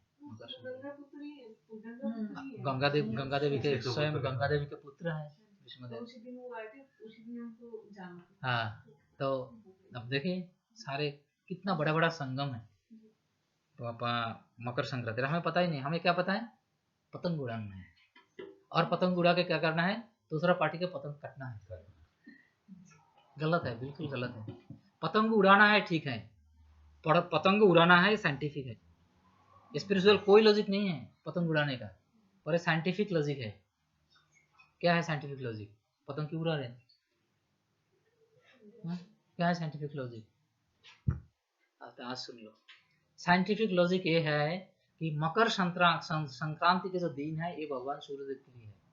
आप सारा साल अगर सूर्यदेव की पूजा अर्चना ना भी करो, कम से कम मकर संक्रांति के दिन उनको जल चढ़ाओ, सूर्यदेव को जल चढ़ाओ, उनको प्रणाम करो, क्योंकि ये दिन सूर्यदेव का है। उनको कुछ भोग अर्पण करो, कुछ भी अर्पण करो, सूर्यदेव को याद करो, उनके दर्शन करो। तो साइंटिफिक इसका लॉजिक ये है कि आप अगर पतंग उड़ाओगे, पतंग कब उड़ते हैं?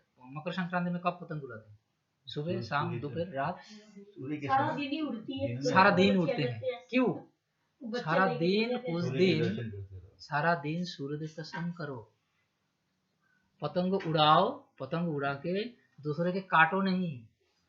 काटना हमारा काम नहीं है, हमारा काटना हमारा स्वभाव नहीं है, हमारा जोड़ना है। इस चीज का हम समझते नहीं, हम समझने की कोशिश भी नहीं करते। साइंटिफिक रीजन ये है कि आप जब पतंग उड़ाओगे और अपने हाथ की रस्सी जब उसको खींच के आप कंट्रोल करोगे तो ऊपर की ओर देखोगे, तो उसी बहाना में आप सूर्यदेव के दर्शन करोगे। हम नलायक है ना, सूर्य स्नान भी होता है ना। तो इसका ये साइंटिफिक रीजन है कि हम पतंग उड़ाएं ताकि हम सूर्यदेव के दर्शन करें। जब कटती है बहुत शोर मचाते हैं, गलत एप्लीकेशन है, हमारा एप्लीकेशन गलत है। पहले मैंने बताया ना कि छोटी सी गलती का बहुत बड़ा भुगतान देना पड़ेगा। हमें इसका अर्थ को समझना है। अगर बिना अर्थ के हम करेंगे और गलत अर्थ बिना अर्थ के करेंगे तो कुछ भी हो सकता है। गलत अर्थ में करेंगे तो एक चीज तो जरूर होगा ही होगा, वो तो डेफिनेटली गलत ही होगा, है कि नहीं?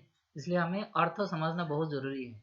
इसलिए शास्त्र बताते हैं भले ही कम करो। अभी इसमें पतंग में एक कहानी, एक बात आया कि भक्ति जितना हो सके उतना करो, साधना जितना हो सके उतना करो, तपस्या दान जितना हो सके उतना करो। अगर नहीं भी हो सके मत करो, पर गलत काम मत करो, किसी की बुरा मत करो।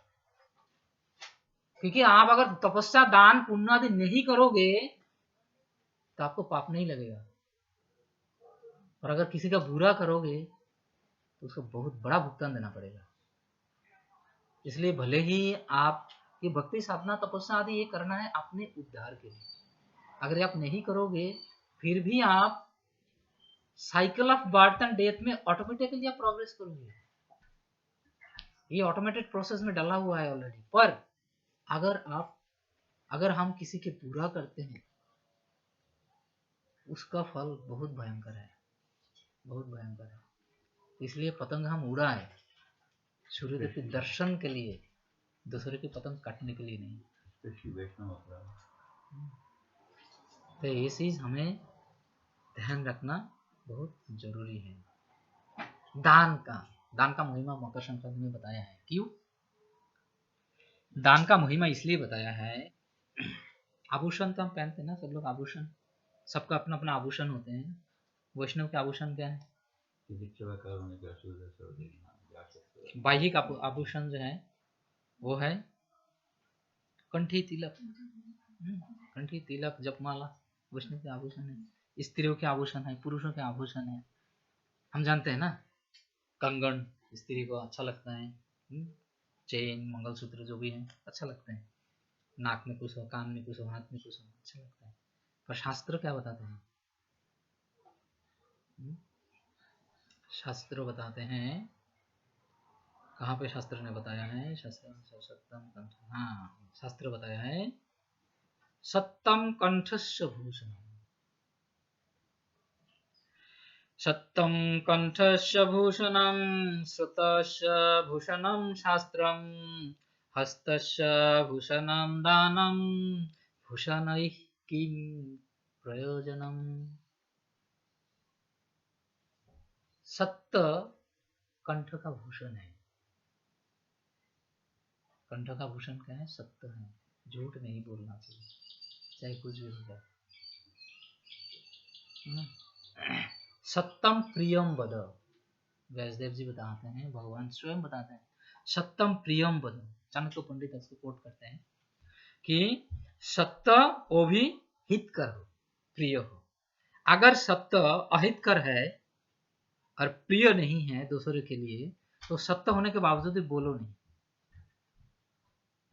सत्य भी अगर अप्रिय है तो बोलो नहीं, तो झूठ का क्या बात है फिर?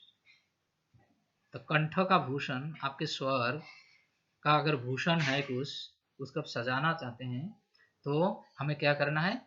सत्य को अंगीकार करना है, स्वीकार करना है। सत्यम कंठस्य भूषणम, श्रोतस्य भूषणम, डेजी क्या? शास्त्र। अगर शास्त्र का हमने श्रवण किया तो हम अपने श्रवण को सजाया है, अलंकृत किया है। सारे दुनिया का कचरा नहीं सजाना सुनना है हमें, दुनिया का कचरा नहीं है, कचरा नहीं सुनना है हमें। सारे दुनिया का कचरा सुनने इकट्ठा करो और उसको उछालते रहो। डस्टबिन थोड़ी है, अपना कचरा बना लिया, आजा भाई यहाँ पे डाल दे और उसको उछाल उछाल के उसका खुशबू लेते रहो। नहीं, कचरा के लिए नहीं। कान का भूषण है, श्रोत्र का भूषण है शास्त्र। हमें शास्त्र श्रवण करना है तभी हमें कर्ण का भूषण होगा। हस्तस्य भूषण, हाथ का भूषण क्या है? चूड़ियां, अंगूठी, कंगन नहीं। हस्तस्य भूषणम दानम, हस्तस्य भूषणम दानम। हमें हस्तों को अगर हाथ के भूषण करना है तो इसको आगे बढ़ाना है, आगे बढ़ाना है देने के लिए, देने के लिए आगे बढ़ाना है। एक बार मैं गौर गोपालपुर का छोटा सा क्लिप सुना था, तो उन्होंने बताए थे ऐसे ही कि हम क्या देखते हैं लोगों में, हम लोग लड़के में देखते हैं तो ब्यूटीफुल, हम ढूंढते हैं ब्यूटीफुल, और अगर एक लड़का अच्छा है, युवक है, पढ़ाई लिखाई से क्या बोलता है, हैंडसम। तो प्रभु जी बताए हैं कि हैंडसम बनने से कुछ लोगों की बहावा तो मिलेगा, पर अगर हैंडसम करोगे तो दुनिया आपको सैल्यूट करेगी। हैंडसम समझ रहे हैं? अपने हाथ दूसरे के लिए आगे बढ़ो, अपने हैंडसम दिखा के क्या करोगे, अपने हाथ को आगे बढ़ाओ, give your hand to others, तो क्या होगा, जैसे भी हो, क्या बोलता है, फिल्म इंडस्ट्री, मटेरियल से जो भी हो, जैसे भी हो, लेकिन आप लोगों ने देखा होगा कि एक कोरोना में बहुत सारे लोग आगे बढ़े, आगे आए, बहुत सारे लोगों को मदद किया है। मैंने देखा था एक वो सोनू सूद जी का एक घटना देखा था, एक फैमिली थे बिहार के, तो गर्भवती थी, तो उनका डिलीवरी तो हुआ नहीं था, उन्होंने कहाँ पे थे, दिल्ली में थे, तो फिर किसी भी तरह से कैसे भी करके उनसे मैनेज किया, फिर फ़ोन किया, फिर सोनू सूद ने जैसे भी हो उनको अपने घर भेजे, और घर जाते ही वो डिलीवरी हुआ तो बच्चा सही सलामत है। तो क्या निकालते उनके मुख से, क्या निकालते, एक व्यक्ति ऐसा कुछ काम किया है जिसके लिए उनका एक प्रकाशमान परिवार, यद्यपि वो रिक्शा चलाते होंगे, कोई मजदूर है, पर एक मजदूर का भी एक सपना है ना, कि उसका भी अपना एक परिवार हो, अपने बच्चा हो, सुरक्षित हो। और इस स्थिति में अगर कोई व्यक्ति उनके आगे हाथ बढ़ाते हैं तो वो यही मानते हैं कि वो भगवान के भेजे हुए हैं, उनको वो भगवान का हाथ मानते हो। तो इसलिए अगर हम अपना हाथ अगर किसी के लिए आगे बढ़ाते हैं, तो इसलिए शास्त्र बताते हैं, चाणक्य पंडित बताते हैं, स्वदेशे पूज्यते राजा विद्वान सर्वत्र पूज्यते। अगर राजा, देश का राजा भी हो जाते हैं तो देश का भला करेगा, सारा देश उसको पूजेगा। पर अगर एक व्यक्ति विद्वान होते हैं, आज हमारे भारत में एक राजा है आज जो हमें बहुत सालों बाद प्राप्त हुआ है, वो विद्वान राजा है, वो राजा भी है और विद्वान भी है। तो चाणक्य पंडित बताते हैं, स्वदेशे पूज्यते राजा विद्वान सर्वत्र पूज्यते। अगर आपके पास विद्या है, नॉलेज है, तो सारा संसार आपको पूजेगी। तो इसलिए वो मूर्ख है जो अपने आप को हैंडसम बना रहे, लेकिन विद्वान वो है जो अपने हैंड को किसी और के लिए बना रहे, वो विद्वान है। तो इस तरह से हमें इसे देखना है। अगर हम इस प्रकार के विद्वान नहीं बनते हैं तो शास्त्र क्या कहते हैं, शास्त्र क्या है, स्वयं भगवान कहते हैं, दो अम्बसी विशेषेष्टभ्यो गले बद्ध्वा धीरोशिला धन्वन्तम् अदातरम् दरिद्रश्च तपोसिनाम। भगवान श्री कृष्ण स्वयं कहते हैं, दो अम्बोसी, अम्बोसी मतलब व्यक्ति, दो व्यक्ति विशिष्टभ्य, विशेष रूप से उन दो व्यक्ति को गले बद्धा, समझ आ रहा है, उन दो व्यक्तियों को गले बद्धा, गले में बांध दो, क्या, दृढ़ शिला। उन दो व्यक्ति के गले में बहुत बड़ा पत्थर की चट्टान बांध दो, बांध करके उनको डुबा दो, इस संसार में रहने लायक नहीं है। भगवान श्री कृष्ण स्वयं कह रहे, दो अम्बसी निवेष्टभ्य गले बद्धा दृढ़शिला, दृढ़शिला, बहुत बड़ा पत्थर की चट्टान बांध के उनको डुबो के मार डालो। किसको, धनवंतम अदातारम, जिसके पास धन हो और वो दान नहीं किया हो।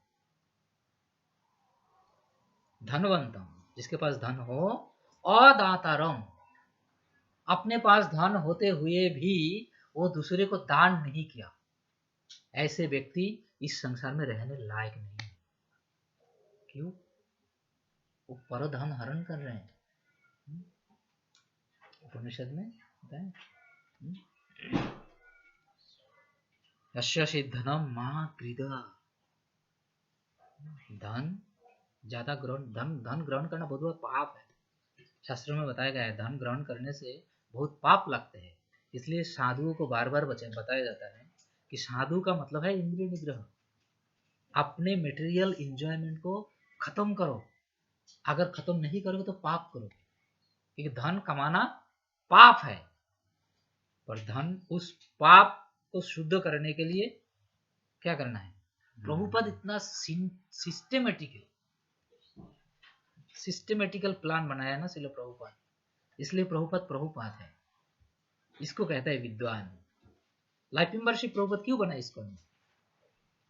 क्योंकि सारे बड़े बड़े लोग जो धन कमाते हैं पाप से कमाते हैं, और वो धन शुद्ध तब होता है जब उस धन के कुछ अंश दान किया जाता है सत्कर्म के लिए। तो ये धन की शुद्धि है। अरे धन का आभूषण भी है। धन की आभूषण लौकार नहीं है कि वो उसको सेफ्टी दे रहे हैं। धन का आभूषण दान है। धन को शुद्ध करेगा, धोएगा, साफ करेगा तो दान, अगर उसमें से दान किया जाता है तो धन शुद्ध होता है। तो इसलिए धनवंतम अदातारम। और दूसरे क्या है? दरिद्रश्च तपोषिणम। अगर व्यक्ति गरीब होकर के आलसी हो, तपस्या का मतलब है मेहनत, बोलते हैं ना, मेहनत के कमाई खाओ, बनाए हुआ किसी का खाओ नहीं। तो गरीब होकर के अगर मेहनत नहीं करते तो वो इस संसार में रहने लायक नहीं है। तो इसलिए गले बद्ध्वा दृढ़शिला, दृढ़शिला गले बांधकर डुबो दो। और दान का फल कैसे होता है समझ में आ गए ना? कि दान का मतलब अपने आप को सजाना है।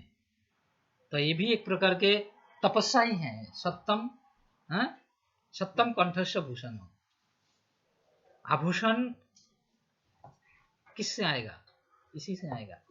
हम तपस्या करेंगे तब हमें सत्य को धारण करेंगे।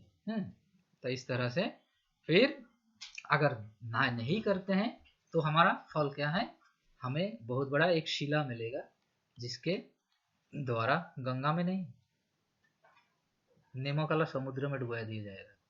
ना पी पाओगे, ना अंदर घुट पाओगे, ना बाहर सांस ले पाओगे। गंगा का पानी तो मीठा होती है, वहां पे डुबाए तो फिर कम से कम कुछ मिलेगा। पर ऑस्ट्रेलिया के समुद्र में अगर डुबा दिया जाए यहाँ पे तो क्या होगा? हम उसी के लायक ना बने कम से कम। तो दान का फल क्या है? अभी प्रॉब्लम क्या है? हमें पता ही नहीं है कि हम धनी बने कैसे। मेहनत तो हम करते हैं, धनी बनने की इच्छा भी है, फल प्राप्त करने की इच्छा भी है, पर मेहनत इतना करते हैं उसके हिसाब से फल नहीं। क्यों? कारण क्या है? कारण यही है जो पहले मैंने बताया था। कारण यही है कि हम कुछ जो काम हम करने के लिए जा रहे हैं उसका मकसद हमारा गलत है। हम अपने मकसद को पूरा करने के लिए काम कर रहे हैं, ना कि उस मकसद के लिए क्या काम है वो काम हम करें। हम काम अपने हिसाब से कर रहे हैं, मकसद अपना खुद बना रहे हैं। ये तो नहीं हो सकते ना। मुझे अपने हिसाब के किताब पढ़ना है, उसमें से मुझे डॉक्टर बनना है। पॉसिबल है क्या? नहीं है। तो डॉक्टर एक सब्जेक्ट है और वो एक सिस्टम सिलेबस बनाया हुआ है। आपको उसके थ्रू जाना पड़ेगा और उसके थ्रू आप मेहनत करोगे तो ऑटोमेटिकली आप डॉक्टर बनोगे, है कि नहीं? नहीं, बुक तो मुझे पढ़ना है, इंस्टीट्यूट मेरा होना चाहिए, स्टडी मेरी होनी चाहिए, डिग्री तुम दो, सर्टिफिकेट तुम्हारा होना चाहिए। एक बेवकूफ़ी की बात नहीं है। तो ये थोड़ा सा हमें समझना है। तो ये समझे कैसे? समझना है इस तरह से, पूर्व दत्ताम तुयत विद्याम पूर्व दत्ताम तुयत दानम पूर्व दत्ताम तुषा कन्ना अग्रे धावती धावती। पूर्व दत्ताम, पूर्व में, पिछले जन्म में, समयों में जो विद्या दान में 3 दान सबसे महत्वपूर्ण माना जाता है। विद्या, विद्या दान एक ऐसा अटूट दान है, विद्या के माध्यम से सबसे अनमोल रतन मिल सकता है विद्या से। इसलिए ये इसका महत्व सबसे ज्यादा दिया गया है। तो 3 चीजें हैं। हरे कृष्ण। आइए प्रभु आइए, आपके लिए हम समाप्त नहीं किए हैं कि आप पहुंच जाए। तो 3 चीज में महत्व है। पूर्व दत्तम तुयत विद्या, पूर्व समयों में, कालों में, जन्मों में जो दिया हुआ विद्या, दूसरों को ज्ञान प्रदान किया है। और पूर्व दत्ताम तुयत दान, पूर्व समय में, पूर्व काल में, पूर्व जन्मों में जो दान आदि का हमने पुण्य कर्म, पुण्य संचय अर्जित किया है। और पूर्व दत्ताम तुषा कन्या, पूर्व जन्मों में, समयों में अगर कन्या का दान, ये कन्या दान का बहुत बड़ा कहानी है। कन्या दान कैसे होती है? कन्या का दान किया हो, कन्या को धकेलना नहीं है, अपने से बोझ हटाना नहीं है। कन्या एक्चुअली धकेलने की चीज नहीं है, समझना है। कन्या पहले जमाना में तो ये कहा जाता था, आज क्या है, कन्या बोझ है। भारत में भी आप देखोगे कई कई स्टेट में कन्या तो बहुत बड़े बोझ हैं। लेकिन पहले शास्त्र में लिखा है, लोगों के पास क्या रहते थे? जिसके पास पुत्र है उसको बोलते थे पुत्र धन। पुत्र को धन कहते हैं, धन। पुत्र धन है और कन्या रत्न है। पहले इस तरह के परिचय होते थे। आपके कितने धन है, कितने जमीन है और कितने बैलेंस है उससे पता नहीं चलता था। आपके पास कितने पुत्र हैं, कितने संतानें हैं जिसके पालन पोषण हो रहे हैं, प्रतिपालन हो रहे हैं, उसके अकॉर्डिंगली गिना जाता था कि आप कितना सामर्थ्य है। तो पुत्र धन होती हैं और रत्न कन्या रत्न होते हैं। कन्या को रत्न बोलते हैं। तो रत्नों को संभाल के रखना होता है और दान में देना होता है, बेचना नहीं होता। रत्नों को बेचना नहीं होता, दान में देना होता है। तो इसलिए कन्या को रत्न कहा गया है। और रत्नों को आप बेचोगे तो व्यापारी हो जाओगे। तो इसलिए 3 दानों में से एक दान रखा है कन्या दान। सबसे महत्वपूर्ण दान है, 3 है, विद्या, धन और कन्या। स्टेज यह इतना हाई स्टेज दिया है। अश्वमेध यज्ञ, नरमेध यज्ञ का कोई फल नहीं है इसमें। जैसे बताया गया है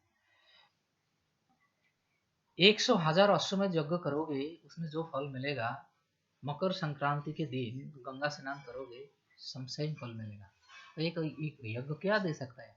कुछ नहीं दे सकता। तो इसलिए ये टॉप 3 स्टेज है दान का।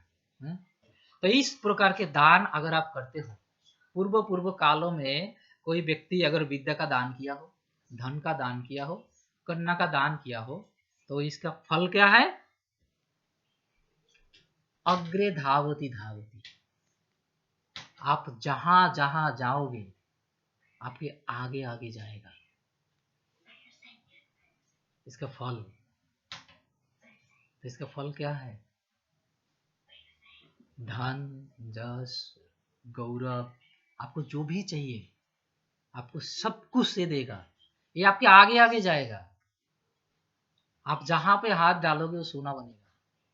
आप जहां पे आपके वचन रखोगे वो अमृत बनेगा, लोगों के आत्माओं के तुष्टि के बनेगा। पहले ही बता दिया है ना, सप्तम कंठस्य भूषणम। तो इस तरह के भूषण से अपने आप को सजा के इस तरह से पुण्य कर्म का अर्जन करके जब व्यक्ति चलते हैं तो इस सारे जो फल है इसका ये आगे आगे आपके आगे आगे जाएगा, फैलते जाएगा। तो ये इसका फल है। तो आज के इस शुभ अवसर पर, मकर संक्रांति के शुभ अवसर पर, अगर कोई भी व्यक्ति कुछ भी करते हैं दान पुण्य आदि, तो उसका असंख्य फल है। और जब भी हमें मौका मिले तो उस मौका का फायदा उठाते हुए इसका हमें अवसर लेना चाहिए। एक मौका का अवसर हमें लेना चाहिए। कभी भी मौका मिले, जीवन में कभी भी मौका आए, उस समय हमें इसका लाभ उठाना चाहिए। ठीक है। हरे कृष्ण। मकर संक्रांति महोत्सव की, गंगा सागर मेला की, श्रील प्रभुपाद की।